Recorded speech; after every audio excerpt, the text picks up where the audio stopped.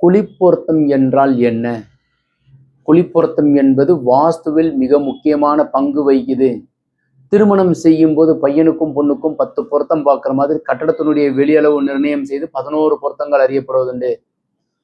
அந்த வகையில ஒரு குழிங்கிறது 34க்கு 34.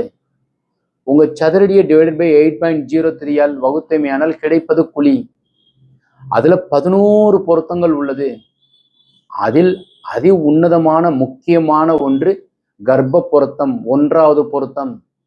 2வது பொருத்தம் வரவு பொருத்தம். உங்களுக்கு உண்டான வரவு அதிகமாக இருக்க வேண்டும், வரவு பொருத்தம்.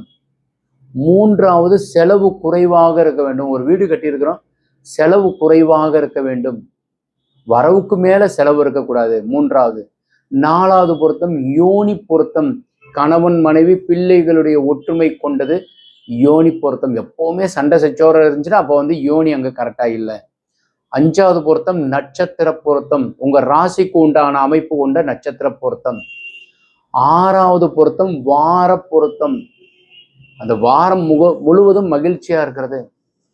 7வது பொருத்தம் அங்கீச பொருத்தம். வாழையடி வாழை தலைமுறை பொருத்தம். தாத்தா பாட்டி வீடு கட்டினாங்கன்னு சொல்றோம் இல்லையா, இது மாதிரி அங்கீச பொருத்தம்.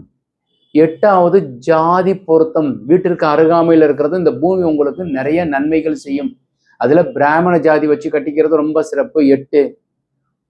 9வது பொருத்தம் ராசி பொருத்தம்.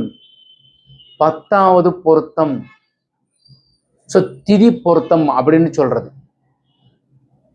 11வது பொருத்தம் வயது பொருத்தம். அந்த கட்டடத்திற்கு உண்டான வயது எவ்வளவுங்கிறது நிர்ணயம் பண்றது. 11 பொருத்தங்கள் அவசியமாக. இதன்படி நீங்க வீடு கட்டுவது சிறப்பு.